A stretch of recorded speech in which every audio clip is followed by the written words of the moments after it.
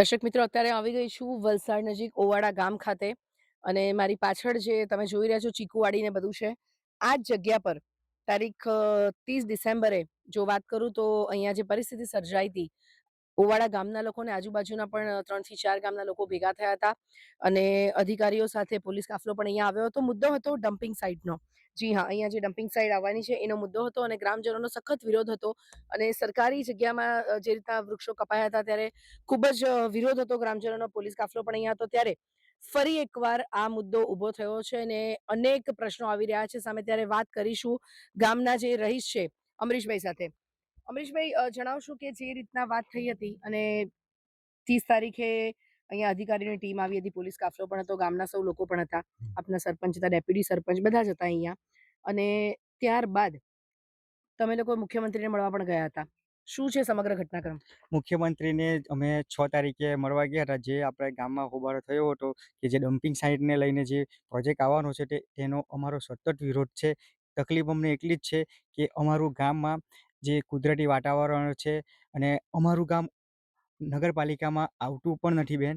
અને નગરપાલિકાનો કચરો અમારા ગામમાં શા માટે? ગામજનોનો સતત વિરોધ એક જ છે કે નગરપાલિકાનો કચરો આપણા ગામમાં શા માટે લાવવો જોઈએ? તો તમે નગરપાલિકામાં જ જગ્યા શોધો ને. નગરપાલિકામાં જગ્યા છે પણ. ત્યાર પછી અમે અ, જગ્યા પર પોલીસનો કાફલો આવી જવાથી અને હોબાળો થયો હતો. ત્યાર પછી અમે 6 તારીખે સીએમ સાહેબને મળવા ગયા હતા અને સીએમ સાહેબે અમને બાંહેધરી આપી હતી કે આ પ્રોજેક્ટ આવશે નહીં. અત્યારે શું પરિસ્થિતિ છે? અત્યારે પરિસ્થિતિ બેન એવું છે કે 29 તારીખે જ્યારે જમીનમાં આપણી 344 જગ્યામાં જે કાચી એન્ટ્રી પડવાથી અમે કલેક્ટર સાહેબને ની પાસે હુકમ માગવા ગયા હતા અને હુકમ માગવાથી અમને 2 દિવસ એમણે કહ્યું કે અત્યારે પ્રોસેસમાં છે અને પછી કલેક્ટર સાહેબને મળ્યા અને કલેક્ટર સાહેબે અમને હુકમ આપવાની બાંહેધરી આપી છે અને ત્યારે એમ કેવું છે કે આ પ્રોજેક્ટ આવવાનો છે નથી. તો હવે પ્રોજેક્ટ આવવાનો નથી એમ કહે તો પછી આ એન્ટ્રી શા માટે પડી? એટલે કંઈક ને શું કંઈક છે એન્ટ્રીમાં શું લખ્યું છે? એન્ટ્રીમાં એ લખ્યું છે કે આ જગ્યા સોલિડ વેસ્ટેજ ટ્રીટમેન્ટ પ્લાન્ટમાં ગુજરાત અર્બન હેઠળ પ્લાન નાખવાનું મંજૂરી આપવામાં આવી છે કોના દ્વારા આપવામાં આવી છે મંજૂરી? કલેક્ટર દ્વારા. નગરપાલિકાને અપાઈ છે. નગરપાલિકાને અપાઈ છે જગ્યા. જી, તો આ બાબતે આપની પાસે કોઈ નથી નકલ એની કોઈ? હા, હજુ હુકમ નથી આપ્યો. 2 દિવસમાં હુકમ આપવાની વાત કરેલી છે. જી, એટલે આજે 2 દિવસ કમ્પ્લીટ થયા છે. અમે આજે કલેક્ટર ઓફિસ પર જવાના છીએ. જી. અમરીશભાઈ, અહીંયા પાણીની કોતર પણ છે અને જે અગાઉ પણ તમે લોકોએ વાત કરી હતી કે ચીકુવાડી ને કેરીની વાડીઓ અને વસ્તી જે છે અહીંયાથી હમ. અંદાજિત કેટલી વસ્તી છે? અંદાજિત આપણે ગણીએ તો આ જે જગ્યા પર આપણે ઊભા છે એની 500 મીટર પર આપણું થક્કરવાળા ગામ આવેલું છે. જી, ત્યાં નાયકીવાડ આવેલું છે કે હડપતિ લોકો ઘણા બધા રહે છે. ફક્ત 400 થી 400 મીટર પર જ છે. જી. અને હવે પાછળ જે માઈન છે હા, અને પાણીની કોતર, એની માટે શું કહેશો તમે? પાણીની કોતર આવેલી છે બેન. આ તમે જુઓ છો એ પાછળના ભાગમાં જ પાણીની કોતર છે અને એ પાણીની કોતરમાંથી નગરપાલિકાનું પાણી અહીંયા લઈ જવામાં આવે છે. જો આ પ્રોજેક્ટ અહીંયા આવે તો આ નગરપાલિકાનો ને ને પ્રદૂષિત થવાથી આ પાણીનો ઉપયોગ નગરપાલિકા જ કરશે. એ પણ અમે કલેક્ટર સાહેબને રજૂઆત કરેલી છે. જી. અમરીશભાઈ, તમે જ્યારે અમને રસ્તાની ને બધી વાત કરી, આપણે જ્યારે આવ્યા અહીંયા રસ્તો પણ જોતા આવ્યા અને તમે કીધું કે દિશાબેન અહીંયા રસ્તામાં પાણી ભરાય છે અને હા, બીજું કે આ રસ્તો બી તમે કીધું કે ખાનગી માલિકીનો છે. રસ્તા બાબતે શું કહેશો? રસ્તા બાબતે મારે બેન એવું છે કે આપણે જ્યારથી પણ આપણે મેઈન ખેરગામ રોડ પરથી આપણે ઉતરીએ ત્યાં ચોમાસા દરમિયાન અમારે અઠવાડિયું સુધી પાણી ભરાઈ રહે છે અને અગાડી આવતા આપણે જે રસ્તા પર 3 થી 4 જગ્યાએ પણ એવી જગ્યા છે કે જ્યાં પાણી ભરાતું છે જી. અને આ પ્રોજેક્ટમાં અંદર જવા માટે ખાનગી માલિકીની જગ્યા છે. તો કેવી બરાબર. રીતે આ પ્રોજેક્ટ માટે આ જગ્યા ફાળવવામાં આવી એ પણ ગામજનોનો એક મૂંઝવણનો પ્રશ્ન છે કે કેવી રીતે આટલા દૂર પ્રોજેક્ટને જગ્યા ફાળવવામાં આવી. પાણી જે ભરાય છે ચોમાસા દરમિયાન એના પર કંઈ પુરાણ કરીને કે કંઈક રસ્તો પ્રોપર બનાવીને કામ થઈ શકે ખરું? ના, પુરાણ કરવામાં આવે તો અમે પંચાયત દ્વારા પણ કરી શકીએ પણ અમે પંચાયત દ્વારા નથી કરતા. એનું કારણ એક જ છે કે જો એ પુરાણ કરવામાં આવે તો આજુબાજુના ખેતરમાં પાણી ભરાવાથી આજુબાજુના ચીકીવાડી છે, અમારી કલમવાડી છે, એ બધાને નુકસાન થઈ છે અને એ ચીકીવાડીનો નષ્ટ પણ થઈ શકે, કલમવાડીનો પણ નષ્ટ થઈ શકે. એટલે આજ સુધી અમે પંચાયત દ્વારા પણ એ કામ કરી શક્યું નથી. એટલે ભવિષ્યમાં પણ અમે એ રીતના પગલાં કોઈ લઈ શકીએ તેવું નથી. બરાબર. અમરીશભાઈ, એટલે હવે આગળ તમે શું કરવા માંગશો? તમને જ્યારે બાંહેધરી આપી છે કલેક્ટરમાંથી, જિલ્લા કલેક્ટરશ્રીએ પોતે જ કે તમને એ જે લેટર છે એ મળી જશે, તો આગળ પછી તમે શું કાર્યવાહી રહેશે તમારી? આગળની પ્રોસેસમાં હવે અમારી પાસે કોઈ વિકલ્પ દેખાતો નથી. અમે હાઈકોર્ટમાં અરજી દાખલ કરીશું. વલસાડ નગરપાલિકાના જે માજી સભ્ય અને વિરોધ પક્ષના નેતા એવા ગિરીશભાઈ દેસાઈ આપણી સાથે છે. ગિરીશભાઈ, વર્ષોથી નગરપાલિકામાં આપ સભ્ય રહી ચૂક્યા છો. આપનું શું મંતવ્ય છે આ ઓવાડા ગામમાં ડમ્પિંગ સાઇટ જો આવે તો શું અભિપ્રાય છે આપનો?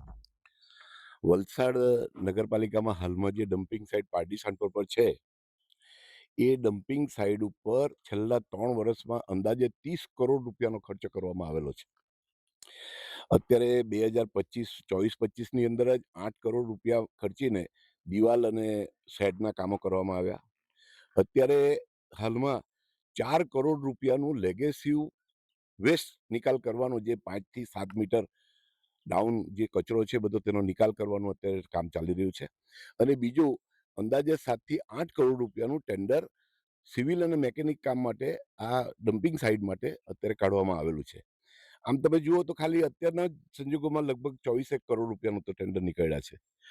મારું કહેવું એમ છે કે એ જગ્યા છે ત્યાં જ અગાડી ડેવલપ કરી ને નવા ટોમેટો મૂકીને જો કરવામાં આવે તો ઘણું સારું રહેશે. કારણ કે આપ જોઈ શકો કે વલસાડ નગરની જે સીમાંકન 11 વોર્ડનું છે, ત્યાંથી છેવાડેથી જે ટ્રેક્ટર તમારા જે માલ લઈને આવશે એ અહીં પહોંચતા 18 થી 20 કિલોમીટરનું અંતર એને કાઢવું પડશે. ત્યારબાદ તમે ઓવાડા ગામની અંદર દાખલ થશો તો ત્યાંથી અહીંયા આવવા માટે ઇન્ફ્રાસ્ટ્રક્ચરમાં ઓછામાં ઓછું 10 થી 15 કરોડનો ખર્ચો થનાર છે. કારણ કે રસ્તો 7 મીટરથી 9 મીટર જેટલો જ છે. અને એ રસ્તાની અંદર જ્યારે ટ્રેક્ટરો સામસામા થશે એ ટાઈમે પસાર થવાનો પણ પ્રોબ્લેમ છે, કારણ કે બાજુમાં ખાનગી જગ્યાઓ આવેલી છે. બીજું આપ જોઈ શકો છો, રસ્તો તદ્દન કાચો અને હાલમાં વાપરી નહીં શકાય એ રીતનો છે. અને 3 થી 4 જગ્યા એવી છે જે ઠક્કરવાળાનું ફળિયું આવે છે, ત્યાં ઓછામાં ઓછું 3 થી 4 ફૂટ પાણી. બીજા 2-3 જગ્યા એવી છે કે જ્યાં આગળ પણ 3 થી 4 ફૂટ પાણી.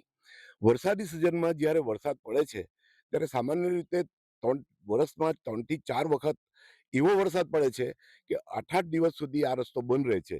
તો તે ટાઈમે તમારો કચરાનો નિકાલ તમે કઈ રીતે કરશો? બીજો પ્રશ્ન મેઇન એ છે કે ત્યાંથી આવતા રસ્તાની અંદર પાસ થતા પણ લોકોને અગવડ પડશે. બીજું કે આ જે ઓવાડાની સાઈડ પસંદ કરવામાં આવી, એની ફરતે ખેતી આવેલી છે.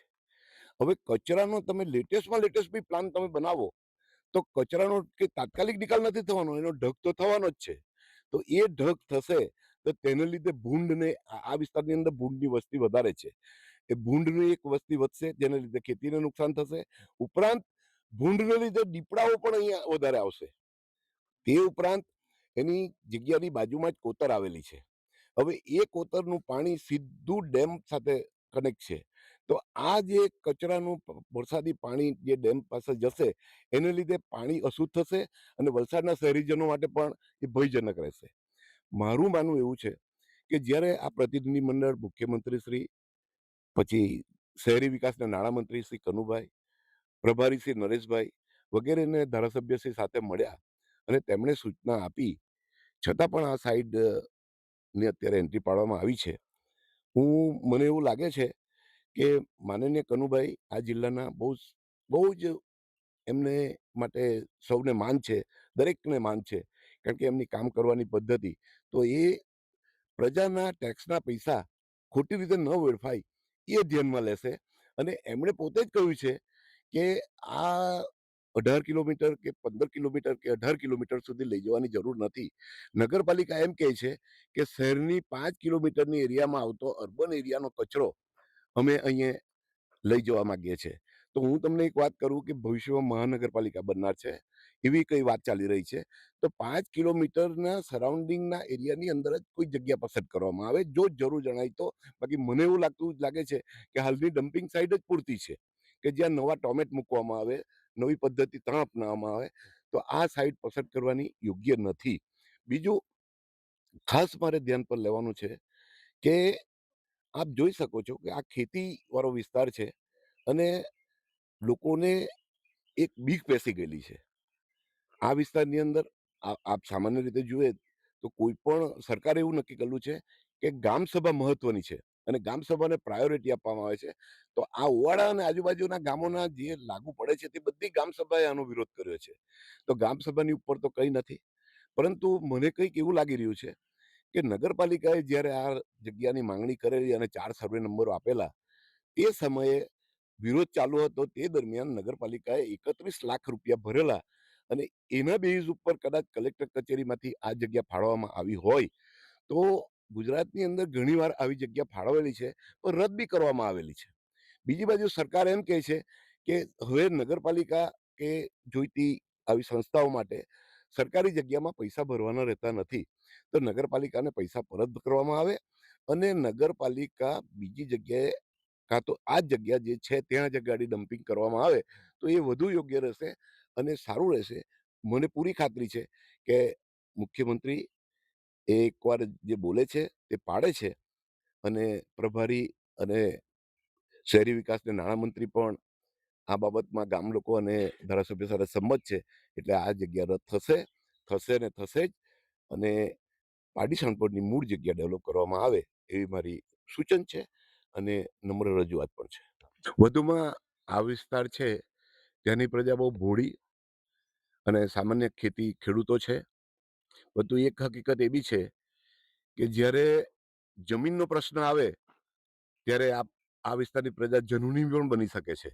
કારણ કે ઘણીવાર એવા પ્રસંગો બન્યા છે કે કુટુંબીઓની જો આજુબાજુમાં 4 ફૂટ 1 ફૂટ જગ્યા માટે પણ ઘણા ઝઘડાઓ થયા છે, ઘણી મારામારી થઈ છે અને કલેશ થયા છે. તો આ જગ્યા, આ ગામની જગ્યા જો નગરપાલિકાને ફાળવવામાં આવે તો આ વિસ્તારના લોકોનું જનૂન ક્યાં જશે તે કલ્પી શકાય એમ નથી. માટે તમામ પરિસ્થિતિને ધ્યાનમાં લેવામાં આવે અને આ વિસ્તારના લોકોનું જે સાદું જીવન, સાદગીભર્યું જીવન છે એને ડિસ્ટર્બ ન થાય એ રીતે પ્રયત્ન કરવા મારી વિનંતી છે. જી. તો આ હતા ગિરીશભાઈ દેસાઈ, એમણે જે વાત કરી સચોટ મુદ્દા સાથે ને જે એમની માહિતી અને એમનો અનુભવ, જે બી કોઈ માહિતી એમણે આપી છે, એ પણ એના પર ધ્યાન લઈને જે જગ્યા ફાળવવામાં આવી છે, ગિરીશભાઈએ પણ કીધું કે એમને પૂરો વિશ્વાસ છે કે ફાળવણી રદ થાય અને સૌ કોઈના આપણે કહેવાય કે ભલા માટે જે બી કોઈ નિર્ણય આવે તે સારો રહેશે. તો હવે આગામી દિવસોમાં આ ઓવાડા ડમ્પિંગ સાઇટ મુદ્દે શું નિર્ણય આવે છે, કઈ રીતનો નિર્ણય આવે છે, એ આપણે જોવું રહ્યું. દિશા દેસાઈ, દિશા ન્યૂઝ, વલસાડ.